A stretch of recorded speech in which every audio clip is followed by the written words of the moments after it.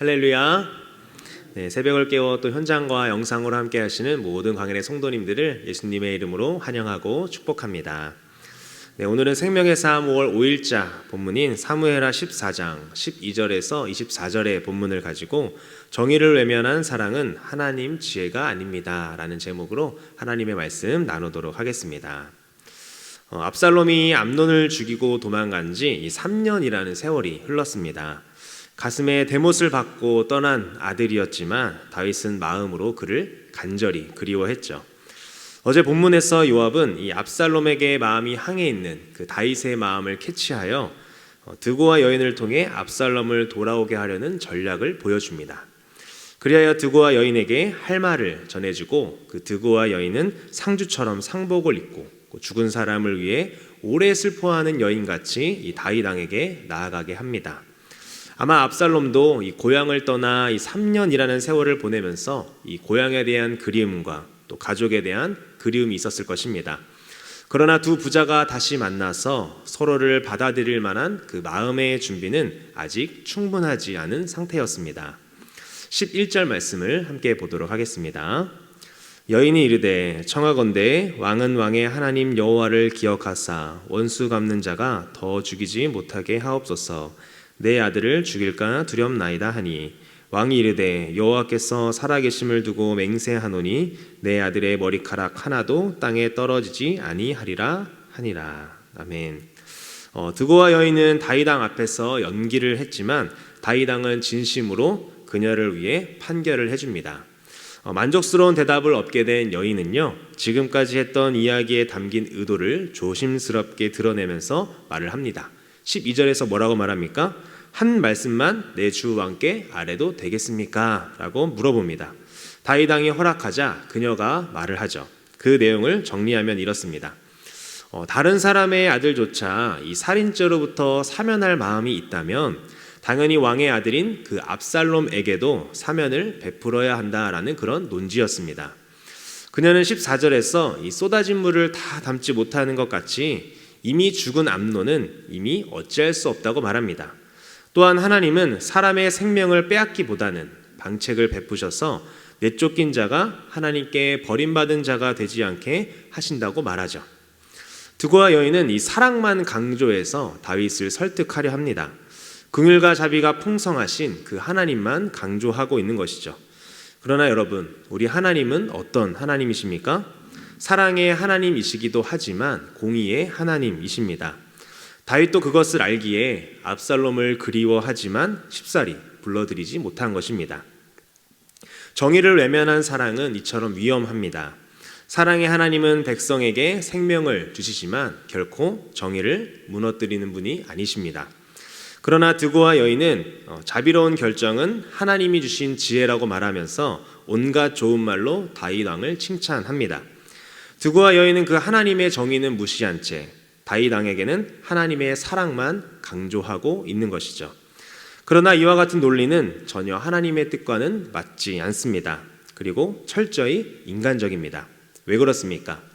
하나님은 죄를 회개하고 돌아오는 자에게는 사랑으로 용서해 주시지만 죄에 대해 심판을 하시는 사랑과 공의의 하나님이시기 때문입니다. 범죄한 자를 인간적인 동정으로 덮어주고 사랑하는 것은 오히려 진정한 사랑이 아니라 그 영혼을 죽이는 것입니다. 부모가 자녀에게 어떻게 하는 것이 맞습니까? 자녀를 사랑한다고 자녀가 잘못하는 것을 보고도 있음에도 불구하고 눈 감아주면 그 자녀는 어떻게 되는 것입니까? 자녀는 그것이 잘못인지 모르고 부모님이 용납해 주니 내가 해도 되겠구나 생각하며 사랑하기는커녕 오히려 죄악만 더 늘어가고 죄책감만 더 많아질 것입니다. 그리고 죄책감이 오히려 더 사라지는 것이죠. 늘어나는 것이 아닙니다. 진정으로 사랑한다면 우리는 그 잘못을 지적해주고 잘못된 길로 가고 있다면 옳은 길로 올 수 있도록 해주는 것이 바로 진정한 사랑인 줄 믿습니다. 이것이 하나님께서 이스라엘 백성들을 향한 사랑이었습니다. 그들이 잘못하고 딴 길로 가더라도 그들을 내버려 두는 것이 아니라 징계도 하시지만 회개하고 돌아올 때 용서해 주시며 회복시켜 주셨습니다. 이처럼 우리에게 공의와 정의가 필요한 것들이 있다면 하나님 말씀에 근거하여 따져보고 또 그리고 회개가 필요하다면 무릎을 꿇길 바랍니다. 또한 사랑이 필요한 것들이 있다면 주님께서 우리에게 주신 그 사랑을 가지고 사랑이 필요한 그 대상에게 나아가 위로와 사랑을 전하는 저와 여러분 되기를 간절히 소망합니다. 이어서 19절 말씀 함께 보겠습니다. 왕이 이르되 이 모든 일에 요압이 너와 함께 하였느냐 하니 여인이 대답하여 이르되 내 주 왕의 살아계심을 두고 맹세하옵나니 내 주 왕의 말씀을 좌로나 우로나 옮길 자가 없으리이다. 왕의 종 요압이 내게 명령하였고 그가 이 모든 말을 왕의 여종의 입에 넣어 주었사오니. 아멘. 여인의 말을 듣고 다윗은 어떤 생각을 하게 됩니까? 여인의 뒤에 요압이 있을 것이란 생각을 하게 됩니다. 그리하여 여인에게 다시 물어보죠. 그러자 여인은 요압이 다윗과 압살롬과의 그 화해를 위해서 자신에게 이 일을 지시했다고 솔직하게 말을 합니다. 다윗은 여인에게도 속고 또 요압이 정치적으로 이 압살롬을 이용하려 한다는 그 계략을 알면서도 못 이기는 척 그들의 말을 수긍해 줍니다. 결국 21절에서는 이 모든 일을 꾸민 그 요압을 불러서 압살롬을 데리고 오게 하죠. 다윗이 아첨에 넘어간 것입니다. 여러분, 아첨의 특징이 무엇입니까? 아첨은 아첨을 그 듣는 자의 눈을 멀게 하고 또 그들의 단점을 가려서 올바른 결정을 할 수 없게 만듭니다. 결국 아첨은 이 죄인들에게 또 다른 범죄를 계획하게 만들어주며 끝내 멸망의 자리에 이르게 하는 것이 바로 아첨입니다. 다윗도 아첨이 아니라 자신이 하나님께 묻고 기도했어야 함에도 불구하고 압살롬을 위한 기도는 하나님께 드리지 않습니다. 결국 아첨에 넘어가서 이 인간적인 방법으로 이 일을 해결하려고 하죠. 24절을 보겠습니다. 왕이 이르되 그를 그의 집으로 물러가게 하여 내 얼굴을 볼 수 없게 하라 하매 압살롬이 자기 집으로 돌아가고 왕의 얼굴을 보지 못하니라. 아멘. 요압이 압살롬을 불러서 예루살렘으로 데리고 왔지만 다윗은 그를 보지 않고 집으로 돌려보냅니다. 압살롬을 지칭할 때에도 오늘 본문을 보시면 내 아들 압살롬이 아니라 뭐라고 말합니까? 청년 압살롬이라는 그 호칭을 사용합니다. 그리워하던 아들이었지만 이 청년 압살롬이라고 말을 하면서 거리를 두는 모습을 보여주죠. 압살롬을 완전히 용서하고 회복시키려 하지 않은 것입니다. 완전한 용서도 아니었기 때문에 어떻게 보면 어정쩡한 처사였던 거죠. 다윗 왕은 풀리지 않는 이 문제 앞에 무엇을 선택합니까? 그 문제를 정면으로 맞서는 것이 아니라 회피를 선택합니다. 회피는 가장 쉬운 선택이면서 이 동시에 문제 해결과는 가장 먼 방법인데도 말입니다. 다윗 왕이 진정 정의를 세우려 했다면 어떻게 해야 하는 것이 맞겠습니까? 바로 압살롬의 그 회개 여부를 확인했어야 하는 것입니다. 그냥 얼굴을 보지 않는 그 회피를 선택하는 것이 아니라 압살롬이 자신이 한 일에 대해 진정한 회개가 있는지 살펴보아야 하는 것이죠.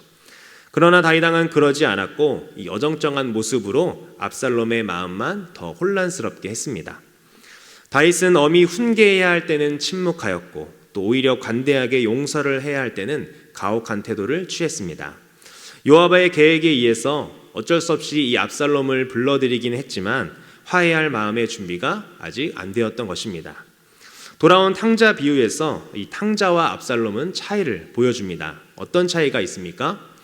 돌아온 탕자는 자신의 잘못을 뉘우치고 그리고 회개하며 다시 집으로 돌아옵니다. 그리고 그 집에는 그 아들을 사랑으로 기다리는 아버지가 있었습니다. 그러나 압살롬은 어떻습니까? 자신의 범죄에 대한 진정한 회개도 없었고 그리고 다윗 왕도 그 아들을 사랑으로 기다리는 것이 아니었습니다. 결국 이 사랑만 강조하는 아첨과 그리고 그 어정쩡한 태도를 통해서 압살롬은 돌아왔지만 그의 마음 가운데는 아버지를 향한 그 사랑보다는 아픔만 있었을 것입니다.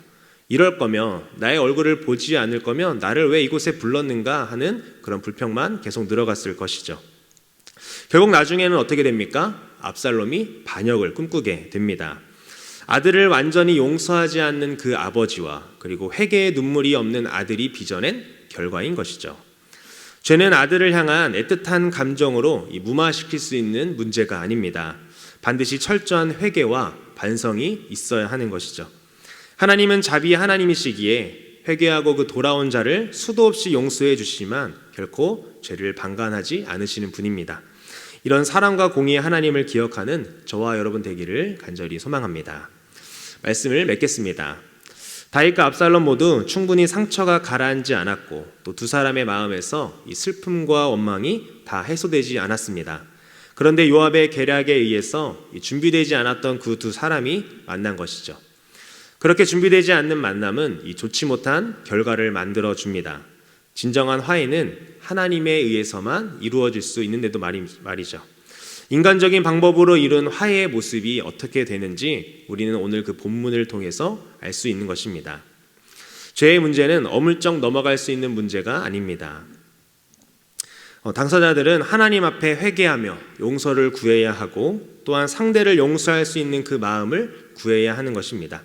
두 마음의 아픔과 상처가 충분히 치유가 된 뒤에야 진정한 화해가 이루어질 수 있는 것입니다. 혹시 여러분의 관계 가운데 아직 회복되지 않은 관계가 있으십니까? 믿음 없는 사람들과 같이 인간적인 방법을 취하는 것이 아니라 하나님 앞에서 기도하고 움직이시기를 소망합니다. 또한 다른 사람들의 아첨에 흔들리는 것이 아니라 하나님의 말씀에 청종하여 하나님이 마음 주실 때, 하나님이 말씀을 통해서 나에게 말씀하실 때 그 말씀에 순종하여 그 마음에 순종하여 나아가는 저와 여러분 되기를 간절히 소망합니다. 이 시간 말씀을 기억하며 함께 기도의 자리로 나아가겠습니다. 우리 먼저 교회와 사역을 위해서 기도하기 원합니다.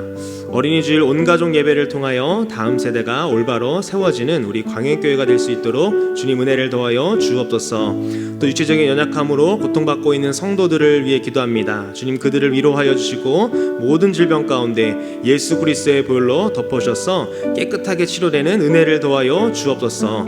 또 장래 중에 있는 가정이 있습니다. 그 가정 가운데 하나님의 평강의 은혜가 넘치도록 장래 모든 가정이 은혜롭게 마칠 수 있도록 주님 은혜를 더하여 주옵소서. 특별히 또 오늘 들은 말씀을 기억하며 기도하기 원합니다. 삶의 문제 가운데 회피하지 않고 주님께 먼저 기도로 엎드리게 하시고 하나님의 그 공의와 사랑을 경험하고 실천하는 우리가 되게 하여 달라고 우리 시간 들은 말씀을 기억하며 함께 기도하겠습니다. 하나님 감사합니다. 오늘도 말씀을 통하여 우리에게 말씀하여 주시고 이 아침부터 하나님께 예배로 시작할 수 있는 은혜를 허락하여 주심에 감사를 드립니다. 아버지 하나님, 나에게 있는 그 삶의 문제 가운데, 관계의 문제 가운데 아버지 하나님 회피하는 것이 아니라 주님께 먼저 기도를 엎드리게 하여 주시고 하나님께서 나에게 말씀하실 때 그 말씀에 순종하며 나아가는 나의 삶이 될 수 있도록 은혜를 더하여 주옵소서. 그리하여 사랑의 하나님과 공의의 하나님을 동시에 경험하는 은혜가 있게 하여 주시옵소서. 아버지 하나님, 특별히 돌아오는 주일 어린이 주일 온 가족 예배를 통해 하나님께 예배를 드립니다. 그 예배를 통해 우리 광연의 모든 다음 세대들이 믿음으로 올바로 설 수 있도록 주님 은혜를 더하여 주옵소서.